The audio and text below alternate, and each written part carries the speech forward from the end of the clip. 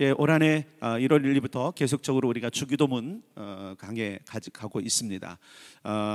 오늘 본문을 보면 예수님께서 하나님을 이렇게 소개하세요. 아버지. 이 하나님을 아버지로 소개하는 것이 예수님 당시에 유대 민족들에게 익숙한 게 아니에요. 하나님을 아버지로 소개하는 것이 왜 익숙하지 않냐면 구약 성경에 하나님을 아버지로 표현하는 일들이 쉽지 않았어요. 우리가 복음서를 보니까 복음서, 특히 이제 복음서를 가지고 또 우리가 복음을 전해드리는 우리는 하나님을 아버지로 부르는 것이 그냥 일상이죠. 그냥 상투적으로 됐어요. 그래서 또 하나님을 명칭하는 것이 그냥 또 하나의 그 명칭처럼 아버지 이렇게 해요. 근데 진짜 아버지인지는 좀 확인해 볼 필요가 있죠. 구약 성경 전체를 보면 하나님을 아버지라고 표현한 첫 번째 기록을 보니까 다윗이 그렇게 했어요. 다윗은 하나님을 아버지로 표현할 수 있는, 그러니까 그 친밀함을 알 수 있는 거죠. 그리고는 왕정과 더불어 시작된 그 선지자 시대 선지자 몇 사람들이 하나님을 아버지로 표현하는 일에 대해서 하나님을 허락한 것을 볼 수 있는데, 예수님 당시에 우리가 조금 이따 요한복음도 살펴보겠지만 하나님을 아버지라고 표현하는 것 때문에 불편한 사람들이 꽤 많이 있었어요. 하나님을 아버지로 표현한다? 이건 무엇과 같은 거냐면 신성모독처럼 여겨지는 거예요. 그래서 예수님이 그 많은 종교 지도자들에게 죽임을 당한 이유 가운데 하나가 뭐냐면 표면적으로는 정치범이에요. 표면적으로는 로마 법정에 호소되니까. 그런데 종교적으로는 신성모독이에요. 감히 인간인 네가 하나님을 아버지라고 부르면서 너를 하나님과 동일시. 자, 이 얘기 뭐냐면 그때 당시에 이런 거예요. 어떤 집안의 어른을 아버지로 부른다는 얘기는 결국 자기가 그 사람과 동일하다는 이야기예요. 지금하고 좀 달라요. 지금의 어떤 이미지하고 예수님 당시에 그 아버지라는 그 위치는 다른 거예요. 아버지는 내가 아버지로 부른다는 얘기는 아버지가 가지고 있는 모든 권세와 모든 것들이 내게 있고 똑같다라는 그런 표현이기 때문에 예수님이 하나님을 아버지로 부르는 이 부분들이 주변에 듣는 사람들에게 불편함을 줄 수 있는 단어였던 거예요.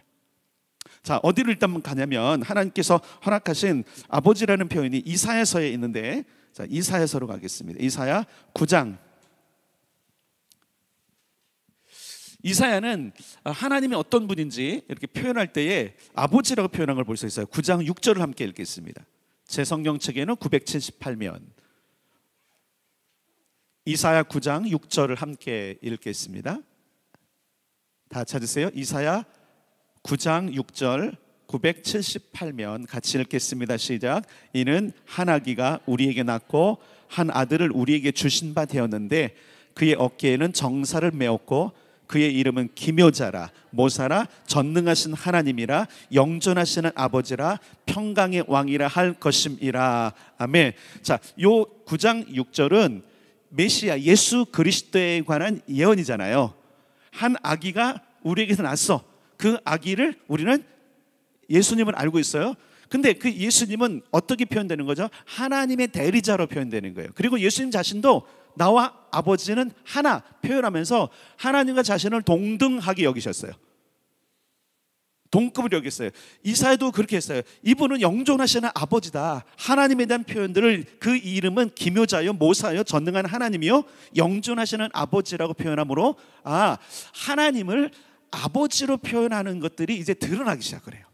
자, 그 다음에 또 어디로 가냐면 같은 이사야예요. 같은 이사야 몇 장으로 가시냐면 63장으로 가겠습니다.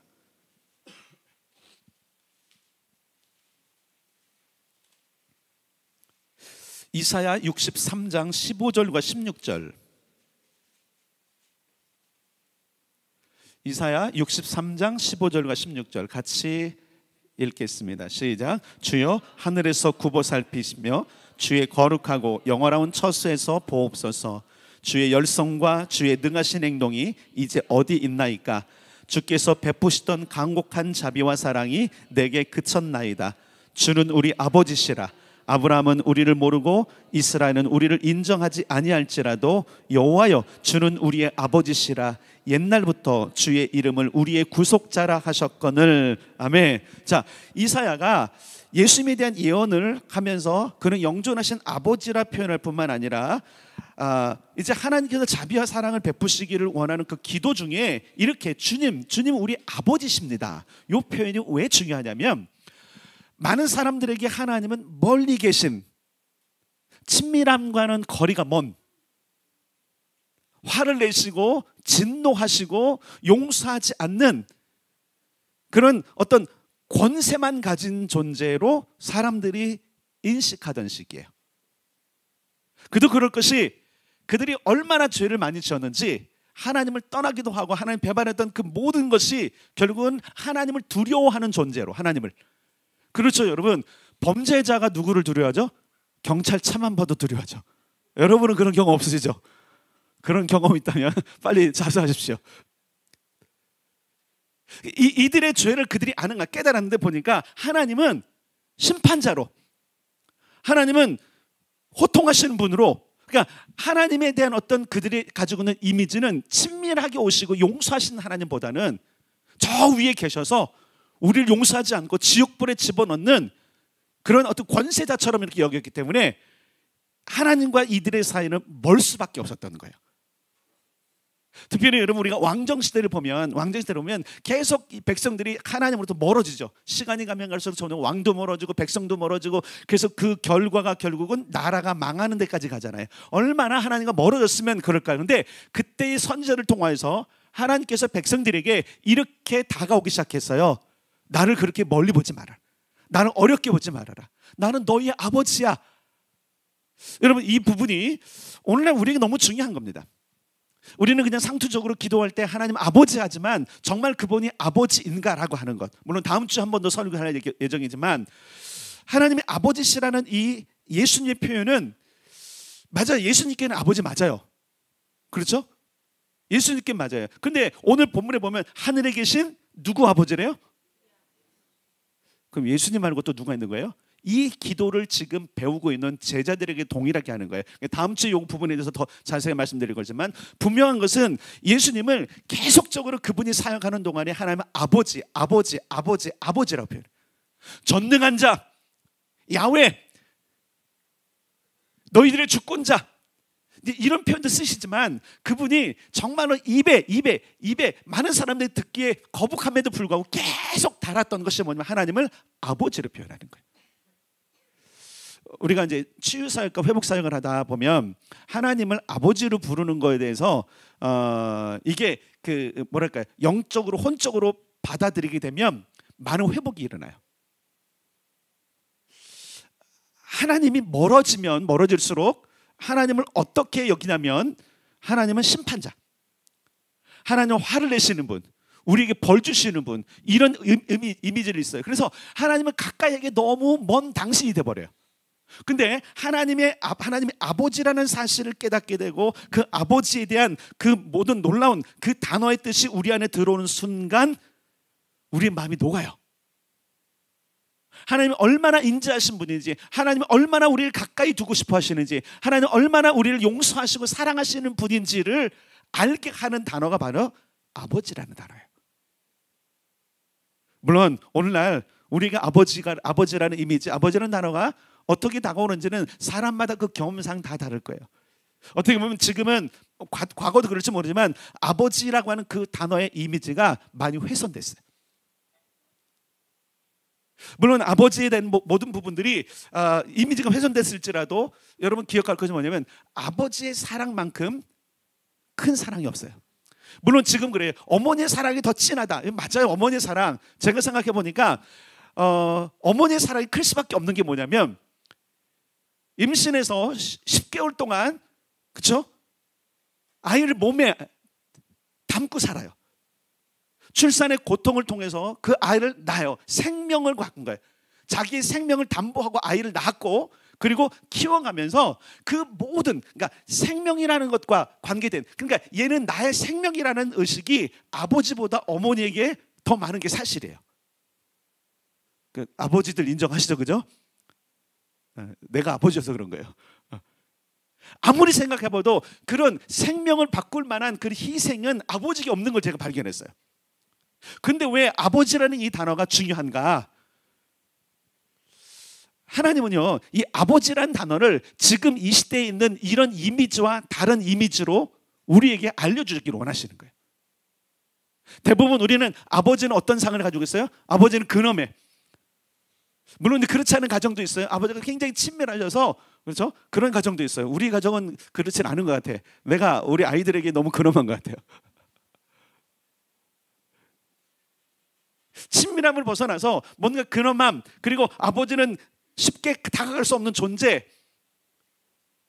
근데 많은 사람들 가운데 하나님을 아버지로 부르면서 똑같은 그런 관념이 있다라는 거예요. 예수님께서 오셔서 계속적으로 복음서를 전하시면서 그 복음의 핵심 가운데 어떤 걸 전하냐면, 예수님 자신이 누군가를 전하면서, 예수님은 그 누군가를 전하면서 가장 중요하게 전하신 것이 뭐냐면 나를 보내신 이를 전하고 계신 거예요. 그래서 이렇게 말씀드렸죠. 우리는 예수님을 통해서 누구를 볼 수 있어야 된다고요? 하나님. 근데 예수님 뭐라 그러냐면 그 하나님이 아버지야. 이사야는 63장 16절에도 그렇게 말하는 64장에 보면 여호와여 이제 주는 우리 아버지십니다라는 것을 반복적으로 기도문의 눈으로 말미암아 이스라엘 백성들로 하여금 하나님이 아버지구나라는 것을 상기시켜 드리는 그런 선지자들이잖아요. 예레미야도 마찬가지입니다. 예레미야도 하나님을 아버지라는 표현을 써서 하나님의 어떠하심을, 하나님이 멀리 계신 분이 아니라 가까이 우리를 안으시고 우리를 용서하신 분이라는 것을 드러냈어요. 여러분, 예레미야를 눈물의 선지자라고 합니다. 왜 그러면, 예레미야가 왜 눈물의 선지자면, 예레미야는 예언을 봤는데 전부 다 어떤 예언이냐면 자기 민족이 망하는 것만 본 거예요. 자기의 자녀 세대가 어떻게 적군들에게 핍박을 당하는지 다 본 거예요. 좋은 미래를 본 것이 아니라 민족이 망하는데 그냥 망하는 게 아니라 처참하게 망하는, 적군에 의해서 도륙을 당하는, 끔찍한 일을 당하는 모든 것을 봤어요. 그렇기 때문에 예레미야는 하나님께 기도하고 백성들에게 선포할 때마다 눈이 질겅질겅 될 정도로 눈물을 흘리면서 선포하는 거예요. 하나님께 기도할 때도 마찬가지였어요. 하나님, 이 민족에 대해서 어떻게 합니까? 당신은 아버지 아니십니까? 백성들은 하나님을 알지 못할지라도 그럼에도 당신은 아버지신데 버리실 겁니까? 라고 하는 도전을 가지고 계속 간 사람이 예레미야예요. 근데 문제는 뭐냐면 백성들이 예레미야 이 마음을 모르는 거예요. 어찌 보면 하나님은 예레미야 눈을 통하여서 울고 계신 거예요. 돌아와라 백성들아, 나의 자녀들아 돌아와라. 오늘날 내가 너희를 낳았는데 너희들이 나를 버리고 떠나는구나. 내 집을 싫어하는구나. 이게 뭐냐면 늘 가출만 하는 놈들만 있는 거예요. 그러니까 하나님의 마음이 얼마나 아팠는지 결국은 하나님께서 이렇게 말씀하시는 거예요. 나는 너희 아버지야. 아까도 표현했지만 잘못한 놈이 자꾸 그렇죠? 멀리하게 되어 있는 거예요. 예수님의 등장과 함께 이스라엘 사회에 변혁이 일어나기 시작했죠. 어떤 변혁이냐면 율법이 재해석되어지면서 종교적으로 괜찮다 했던 사람들이 드디어 갈등하기 시작한 거예요. 하나님의 복음의 메시지가 율법과 여러분 동떨어지지 않습니다. 예수님이 이렇게 말씀하셨어요. 나는 율법을 완성하러 왔지 폐하러 온 사람이 아니다. 완성하러 오셨다 그랬어요. 그런데 중요한 것이 있습니다. 왜 예수님께서는 계속적으로 하나님에 대해서 아버지라 표현하셨냐면 하나님이 백성들에게 자신의 아버지라는 것을 드러내고 싶으셔서 그랬던 거예요. 근데 여러분 아시다시피 하나님은 보이지 않는 분이시잖아요. 하나님 보신 분 있어요? 제자들도 그럽니다. 예수님, 우리에게 아버지를 좀 보여주십시오. 하나님 보여주십시오. 그러니까 예수님 뭐라 그래요? 왜 아버지를 보여달라고 그러냐? 너희가 나와 이렇게 함께 계속 있으면서 못 알아챘냐? 나를 본 자는 누굴 봤다고요? 아버지를 본 것이다. 자, 잘 기억하세요. 나를 본 자는 하나님을 본 것이다 라고 표현도 괜찮은데 이렇게 말씀하세요. 나를 본 자는 아버지를 본 거야. 자, 이런 표현들이 있는 거죠. 네, 가끔씩 이제 이럴 때가 있습니다. 똑같이 닮았네. 저하고 제 아버지하고 닮은 거 아시죠? 제가 아버지를 닮은 거 아시죠? 어디 가도 이제 시골에 가면 아이고 아버지가 똑같이 닮았네. 나를 보면 아버지를 본 거예요. 우리 자녀들도 아들이 셋이잖아요. 아들을 이렇게 놓고 예전에는 헷갈렸는데 요즘 보니까 애들이 확실히 누구를 닮았는지 더 티가 나기 시작하더라고요. 이게 우리 자녀들이 특히 그래. 또 교인들 중에도 그렇고 또 가끔씩 이제 인사 오는 분들을 보면 딱 보는 순간 누구 닮았네 그러는 거예요. 최근에 우리 이태봉 고사님 아들이 입대를 했어요. 그래서 이제 기초건조 훈련을 마치고선 그다음에 잠깐 나왔다 갔죠. 그 사진을 찍어서 저는 딱 봤는데 딱 보는 순간 아이고 엄마 닮았네. 처음에 몰랐어요. 진우가 누굴 닮은지 몰랐는데 사진을 딱 보니까 왜냐면 진우 본 지 오래됐거든요. 딱 보니 아이고 엄마 닮았네. 예수님은 하나님을 보여주는데 하나님을 누구로 보여주기를 원하냐면 아버지로 보여주고 싶었어요. 그래서 예수님이 하신 사역을 보면 싸매는 것, 위로하는 것, 치유하는 것, 가는 곳곳마다 병든 자가 있으면 그냥 놔두지 않으셨어요. 아버지의 사랑을 부으셨어요. 귀신에 붙잡혀 있는 자가 있으면 그냥 놔두지 않으셨어요. 자유를 주셨어요. 잘못된 길을 가고 있으면 고치기 위해서 잔소리도 하셨어요. 아버지의 기능이 있죠. 여러분, 가정에서도 아버지의 기능은 어떤 기능이냐면 아이들을 바른 길로 갈 수 있도록 교정하는 기능이 사실은 아버지의 기능이에요. 그게 사랑이에요.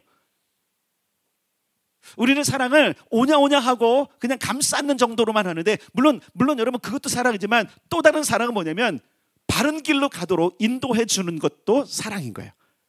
요즘에 여러분 어긋난 사랑은 뭔지 아십니까? 아이들을 교정해서 바른 길로 가게 하는 것보다도 뭐예요? 이 아이 고생시키지 않기 위해서 모든 걸 다 해주는 것, 그게 사랑인 줄 착각하는 경우가 있어요. 여러분 하나님도 모든 걸 다 해주지 않으십니다. 그분이 아버지이시지만 모든 걸 다 해주지 않습니다. 다만 아버지라는 걸 드러내기 위해서 예수님을 통해서 무엇 하셨죠? 치유하시고 회복하시고 감싸 안으시고 바른 길로 가기 위해서 율법을 재해석하셔서 너네가 이제 이 길로 와야 된다. 다시 말할게요. 여러분 출애굽한 이스라엘 백성들을 시내 광야에 딱 두신 순간 광야의 그 모든 악순환, 악환경을 다 거쳐가고 이제 쉴 수 있는 곳에 왔을 때 하나님이 하신 것이 뭔지 아세요? 자, 이제 잘 살아라가 아니었어요. 새 기준을 세우시고 어긋난 길로 가지 않게 해서 뭘 주죠? 규칙을 주세요. 규칙을 주세요. 근데 이게 왜 그러냐면 이 규칙대로 살자면 그들이 어떻게 돼요? 종과 같은 마인드로 어떻게 살까요? 종의 나라를 만들 수밖에 없는 거죠.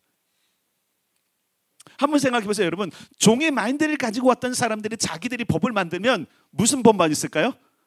통제법만 있는 거예요. 통제. 이게 익숙해 있는 거예요. 430년 동안 그들은 통제를 당했어요. 그러니까 그들 몸에 익숙하기 때문에 결국 뭐 할까요? 통제된 사회를 만들어요. 통제된 사회. 근데 하나님은 그걸 주기를 원하지 않으셨어요. 그들을 낳은 것처럼, 그들을 이끈 것처럼, 그들을 구원했다는 사실은 뭐냐면 그들을 낳았다는 표현을 하는 거거든요. 성경에 여러분 구원을 받았다는 얘기는 누군가 나를 구원했다는 얘기는 그가 나를 낳았다라는 표현으로 쓰고 있어요.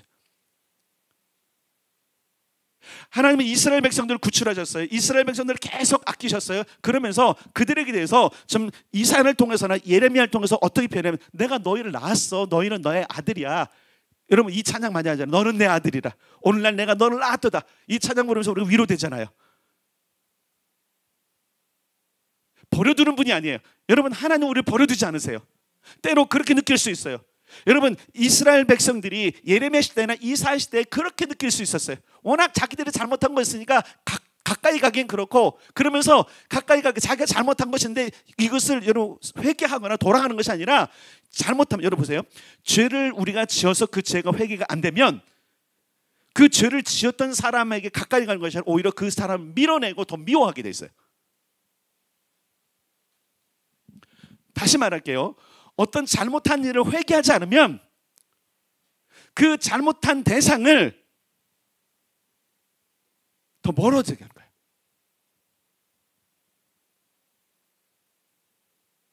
그러니까 하나님은 뭐라 그러냐면 가까이 와 괜찮아. 무엇이든 용서할 수 있어. 저도 부모가 되고 아이들이 자라면서 어떤 마음이냐면, 야, 우리 아이들은 다 용서가 되겠다. 무엇이라도 용서가 되겠다. 그게 부모 마음 아닌가요? 하나님은 범죄한 이스라엘 백성들, 하나님을 떠났던 이스라엘 백성들을 향해서 안타까움이 있었어요. 그러면서 뭐라고 말씀하면, 나는 너희 아버지야. 그러니까 하나님에 대한 표현이, 그러니까 하나님이 하늘에 계신다라는 것, 그래서 멀리 계셔서 아무것도 안 하시고 멀리 계셔서 먼 그 느낌보다도 하나님은 자기 자신을, 아니야, 나는 너희와 가까이 있어. 그래서 누구를 보내신 거면 아들을 보내신 거예요. 내가 너희를 버리지 않았어. 나는 너희와 항상 함께 있어 하면서 아들을 보내신 거예요. 자, 여러분, 우리가 요한복음으로 가겠습니다. 요한복음으로 가면 예수님께서 하나님에 대한 표현들을 계속하고 있는데, 어디부터 하냐면 일단 4장, 요한복음 4장부터 갑시다.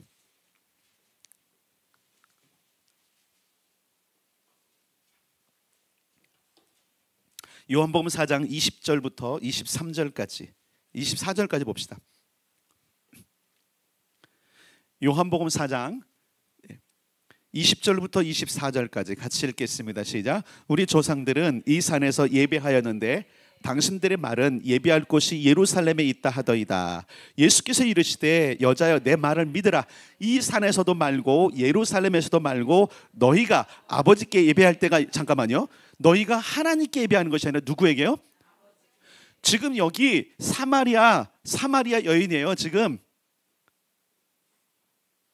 어떻게 보면 이스라엘 유대 사람들에게는, 그렇죠, 어떤 게 핍박받는 사람들, 비주류. 근데 그게 뭐냐면 아버지께 예배할 때가 온다고 설명해요. 지금 이 여인의 질문은 뭐냐면, 하나님께 예배를 할 때 어떤 장소를 묻는데, 예수님은 하나님께 예배할 때 그 하나님을 누구로 지칭하면서 말하면 아버지께 예배하는 것. 자, 계속 읽겠습니다. 22절부터 24절 시작. 너희는 알지 못하는 것을 예배하고 우리는 아는 것을 예배하노니 이는 구원이 유대인에게서 남이라. 아버지께 참되게 예배하는 자들은 영과 진리로 예배할 때가 오나니 곧 이때라. 아버지께서는 자기에게 이렇게 예배하는 자들을 찾으시느니라. 하나님은 영이시니 예배하는 자가 영과 진리로 예배할지니라. 아멘. 여러분, 예수님의 이 표현은 당연하긴 해요. 왜냐하면 여러분, 선지자들도 하나님을 나의 하나님으로, 나의 아버지로 표현하지만 그들조차도 하나님을 아버지로 부르는 거에 대해서 익숙하지 않은 거예요. 그래서 이 선지서들, 여러분 그 구약의 그 선지서들을 쭉 읽어봐도 하나님을 아버지라고 부르짖는 이 장면들을 찾아보기가 너무 힘들어요. 그럼에도 불구하고 선지자들은 어떻게 표현하냐면, 하나님은 우리 아버지시라. 백성들에게 하나님 아버지라고 하는데 선지자들조차도 하나님을 아버지라고 부르는, 실제적으로 자기 감동으로 부르는 일들이 거의 없어요. 근데 예수님 뭐라고 말하냐면, 오셔서 뭐냐면 아버지께 예배할 거야. 계속적으로 하늘에 계신 그 하나님을 누구로 표현하면 아버지를 표현하는 거예요. 이거 굉장히 여러분 세뇌와 가까운 거예요. 오늘도 제가 어떻게 보면 여러분 세뇌시키는 거랑 마찬가지. 다른 하나님은 아버지시라.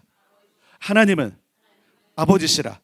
근데 그래서 이 지금 사마리아 여인에게 예수님께서 말씀하신 것, 네가 말하는 그 하나님께 예배하는 것, 이렇게 말씀하지 않고 아버지께 예배해야 되는 거야. 자, 보세요. 지금 이 사마리아 여인에게 뭐라고 말하는 거예요? 하나님은 너의 아버지야.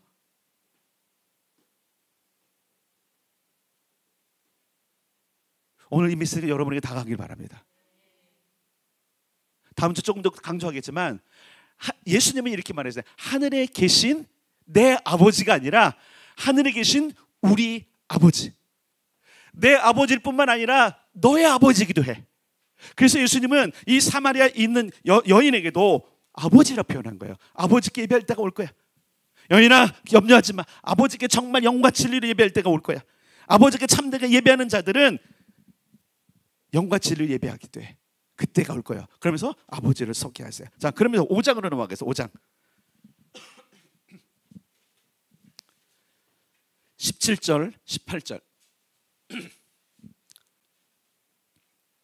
요한복음 5장 17절 18절 시작. 예수께서 그들에게 이르시되 내 아버지께서 이제까지 일하시니 나도 일한다 하시매 유대인들이 이로 말미암아 더욱 예수를 죽이고자 하니 이는 안식일을 범할 뿐만 아니라 하나님을 자기의 친아버지라 하여 자기를 하나님과 동등으로 삼으심이로라. 예수를 죽이려고 했던 이유가 뭐죠? 신성모독이에요. 예수님이 물어요. 너희가 무슨 죄로 나를 죽이려고 하느냐? 너의 행한 것 때문이 아니라 네가 지금 신성모독 때문에 너를 죽이려 하는 거라. 유대인들이 그래요. 왜냐면 동일시한 거예요. 내 아버지께서 일하니 나도 일하고. 그러니까 내 아버지, 계속적으로 하나님을 내 아버지. 너희는 지금 계속적으로 하나님을 표현하면서 종교적으로 접근하죠. 여러분, 이게 굉장히 중요한 거예요. 하나님을 믿는다고 하면서 이 시대에 너무나 많은 크리스찬들이 종교적으로 하나님께 접근하는 거예요. 종교적으로 하나님은 누구죠? 종교적 하나님, 종교적 신은 누구였어요? 내가 만든 거예요. 그러니까 하나님은 한번 생각해 봅시다. 여러분, 세상에 어떤 종교가, 세상에 어떤 종교의 수장가, 세상에 어떤 신이 자기를 아버지라고 부르라고 하는 신이 있는가? 없어요. 따라할 뿐이에요. 세상에 어떤 종교의 창시자나 그 종교를 가지고 종교의 중심에 있는 어떤 신도 감히 아버지라 부를 수 없어요. 근데 하나님은 예수님을 통해서 이렇게 하시는 거예요. 나는 아버지야.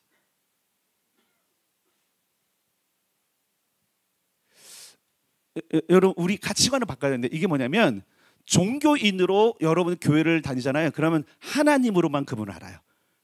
그냥 신.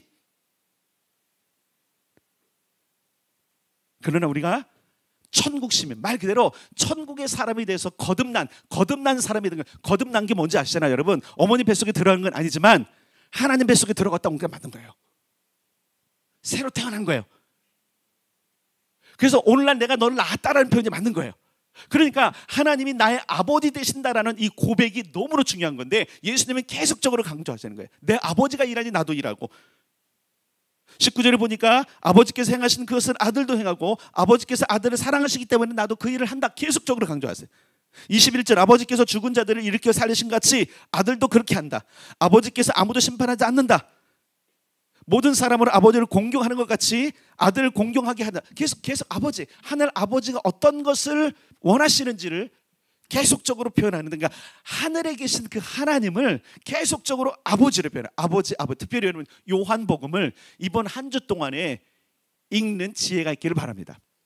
특별히 여러분 다른 어떤 것보다도 요한복음에는 예수님 자신을 많이 표현하는데 나는 누구다는 표현을 많이 하는데 그러면서 나는 아버지 아들이야. 내가 하는 모든 것은 하늘에 계신 아버지가 나에게 주신 거야. 그분의 생각, 그분의 계획 모든 것들을 하고 있어. 자, 이게 왜 중요하냐면 예수님은 이런 모든 메시지를 통해서 우리도 똑같이 살기를 원하시는 거예요. 자, 요한복음 5장 다시 한번 읽는데 17절을 다시 한번 읽겠습니다. 5장 17절 시작. 예수께서 그들에게 이르시되 내 아버지께서 이제까지 일하시니 나도 일한다. 자, 19절로 가서 19절 시작. 그러므로 예수께서 그들에게 이르시되 내가 진실로 너희에게 이르노니 아들이 아버지께서 하시는 일을 보지 않고는 아무것도 스스로 할 수 없나니 아버지께서 행하시는 그것을 아들도 그와 같이 행하느니라. 아멘. 예수님이 하시는 모든 일들은 아버지가 하시는 일이에요.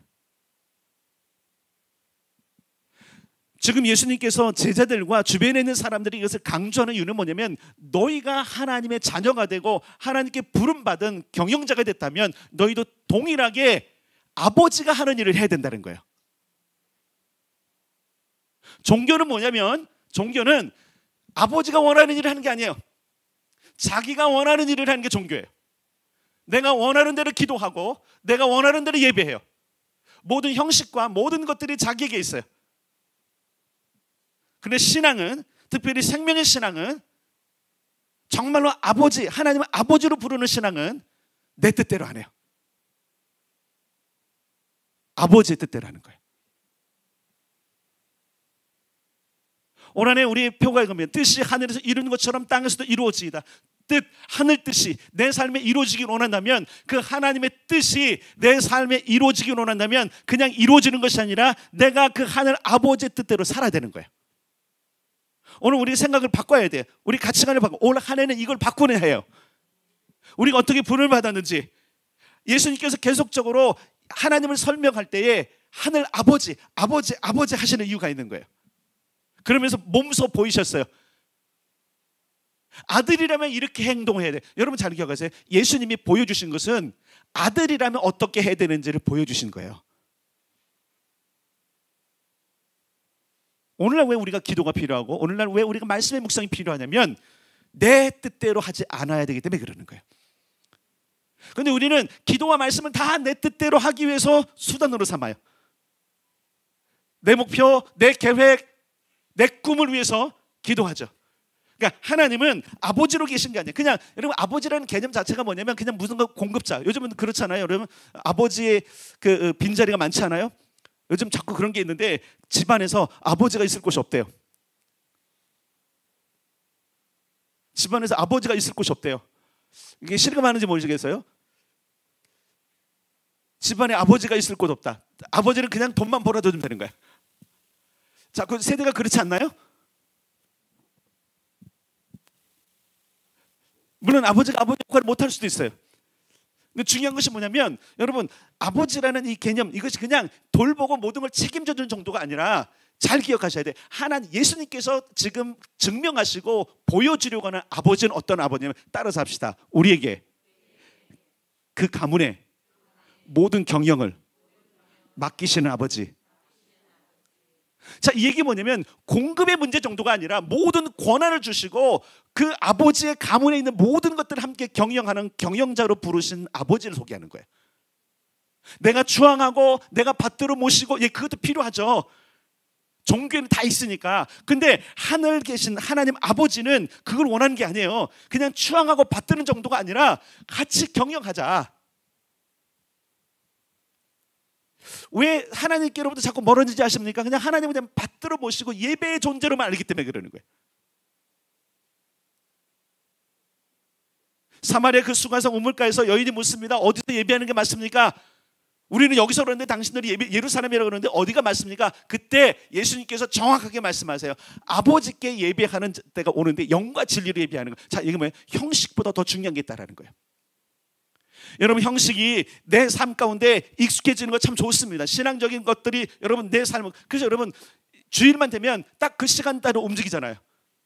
그렇지 않나요? 주일 딱 되면 이미 벌써 여러분들이 몸에 익숙해져 있잖아요. 몇 시면 뭐 해야 되고 이게 있잖아요. 참 좋은 겁니다. 그런데 문제가 뭐냐면 이 주일을 그냥 와서 종교적인 행사로 하나님을 뵙고 가면 끝나는 걸로. 여러분 그게 아니에요. 여러분 잘 기억하셔야 됩니다. 하나님은 여러분들을 주일마다 여기 부르시는 이유가 있어요. 왜 부르는지 아세요? 경영의 노하우를 가르치시는 거예요.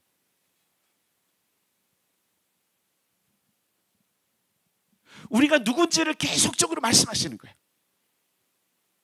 근데 예수님 당시에 수많은 종교 지도자들이 이걸 안 가르쳤어요. 율법을 통해서 우리가 누구나 하나님을 봐야 되는데 율법을 통해 하나님을 보는 것이 아니라 그 율법을 통해서 뭐예요? 자기의 죄성만 드러나는 거예요. 종교적으로 접근하면 여러분 종교적으로 계속 접근하잖아요. 그러면 설교와 메시지들이 계속적으로 자기를 정죄하는 말씀이 되는 거예요. 근데 이것이 종교적이 아니라 하나님의 부르심의 현장 속에서 보면 기가 막힌 거예요. 와, 나를 경영자 삼기 위해서 참견하시는구나. 야, 이대로 되면 안 되니까 나의 관습을 바꾸기 위해서 생각을 바꾸기 위해서 잔소리하셔. 이렇게 되는 건데 종교적으로 우리가 익숙해져 있으면 하나님 자꾸 멀어지는 거예요. 계속 잔소리하시고 얽어매시고 율법으로 우리를 옴짝달싹 못하게 하는 그런 분으로 자꾸 칩어버리는 거예요. 그러니 기도가 즐겁지 않죠. 예배가 즐겁지 않죠. 모든 하는 것들이 나를 좀 내버려두면 좋은데 그냥 나를 제가 얽어매 이런 사람이 있어요. 아니 언제 내가 사회생활 하냐고 이렇게 자꾸 그러면 못하죠. 사회생활. 그런 사람들은 주님께서 원하시는 것은 경영이에요. 여러분 아버지의 나라의 경영이에요. 그분의 가문의 경영이에요. 그래서 예수님께서 말 아버지가 하시는 일을 내가 한다는 거예요. 여러분 우리는 아버지가 하시는 일을 우리도 할 수 있어야 돼요. 그러면서 예수님이 뭐냐면 이제 너희는 나보다 더 큰 일을 할 수 있어. 요한복음 전체를 보면 그걸 말씀하고 있는 거예요. 오늘은 제가 1차전이에요. 1차전. 아버지는 1차전. 다음에 2차전 때 좀 더 자세히 말씀드리는 거예요. 어떻게 우리 아버지가 돼서 하는 건 2차전인데 중요한 건 뭐냐면 하나님이 아버지라는 것에 대한 우리 느낌을 바꿔야 되는 거예요. 느낌을 바꿔야 돼요.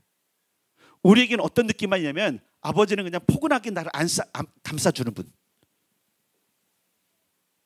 틀리지 않아요. 잘 보세요. 예수님이 병든 자 고치셨죠. 그죠?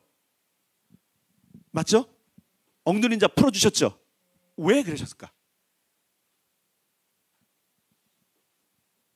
왜? 위로가 필요해서 그들이 그걸 나누면 위로가 아니에요. 여러분 따라서 합시다. 하나님 나라 경영을 위해서.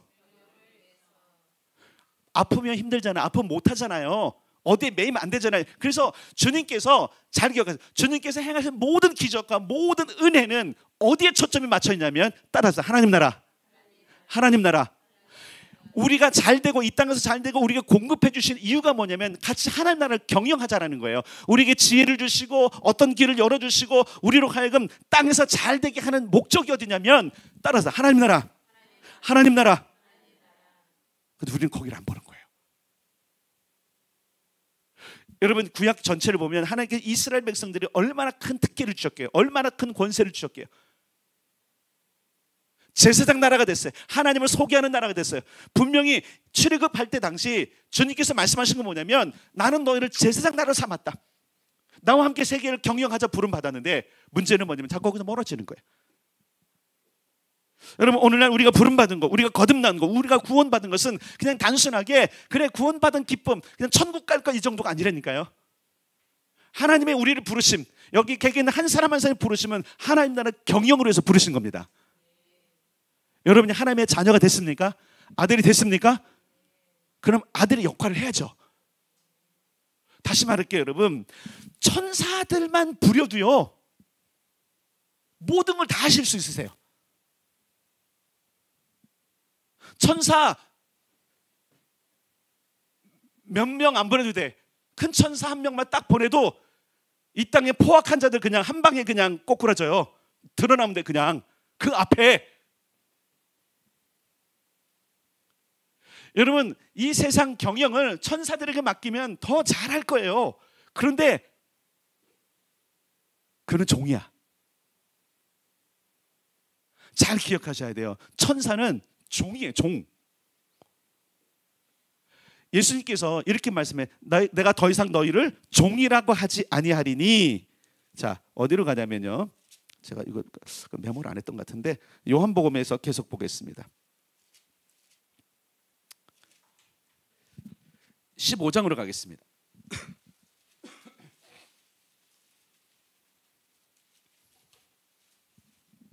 요한복음 15장 15절.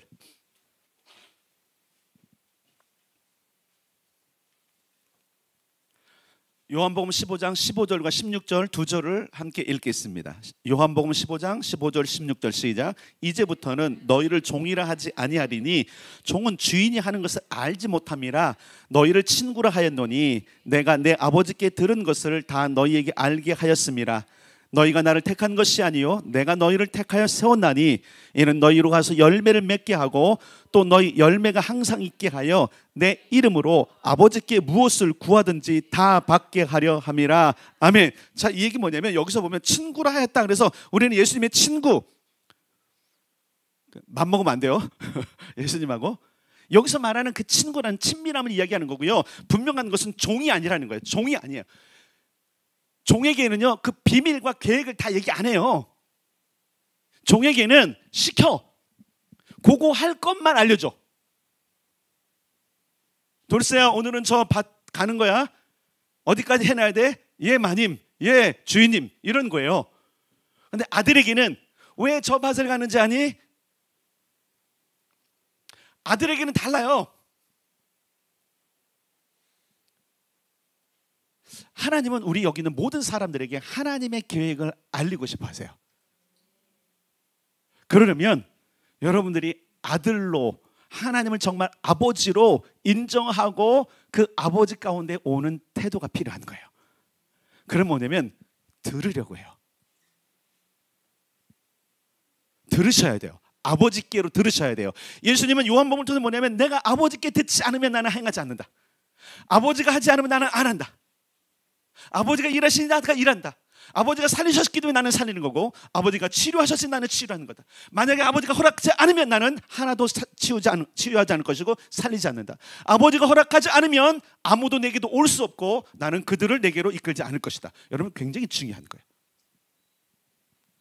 오늘날 우리가 표면적으로 있는 명령들이 있습니다. 가서 복음을 전해라, 가서 제자를 삼아라, 가서 구원을 해라. 예, 괜찮습니다. 표면적으로 좋습니다. 근데 중요한 게 뭐냐면 아버지께 여쭙질 않아요.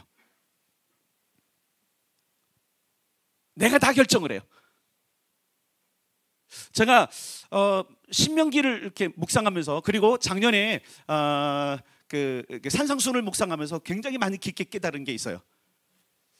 내가 많이 멀리 갔구나.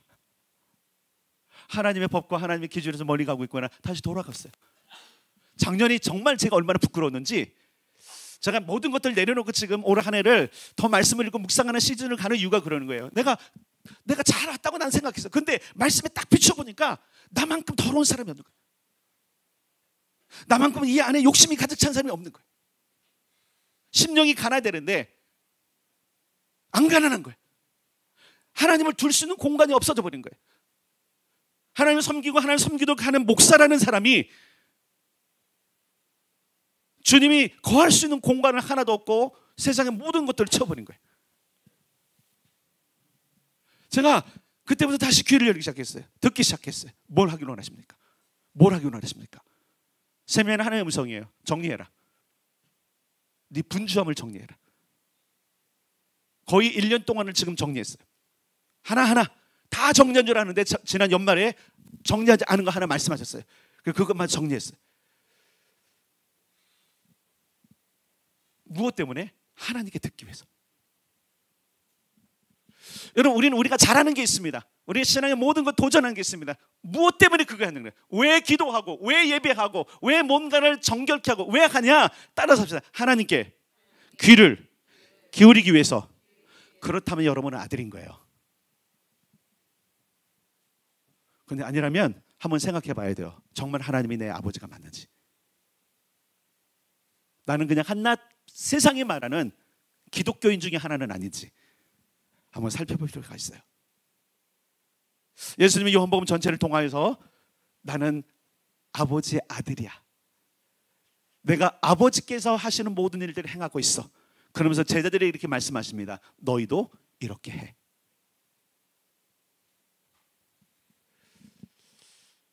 예, 칭찬받을 만한 크리스찬들이 참 많습니다.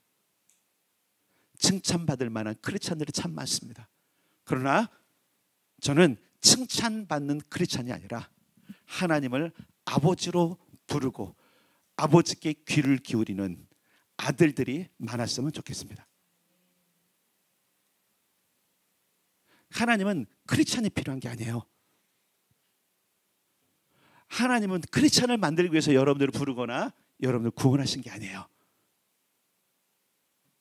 아버지의 말씀에 귀를 기울이고 그 아버지의 일을 이 땅에, 가정에, 직장에, 국가에, 사회에 이루길 원하는 아들을 원하시는 거예요. 그 예수님 말씀, 너희를 종이라 하지 않겠다. 이제부터 너희를 종이라 하지 않겠다. 여러분 보세요. 지금 제자들이 가장 가까이 되는 제자들이에요. 제자들은 어떻게 보면 예수님을 받들던 자들이에요.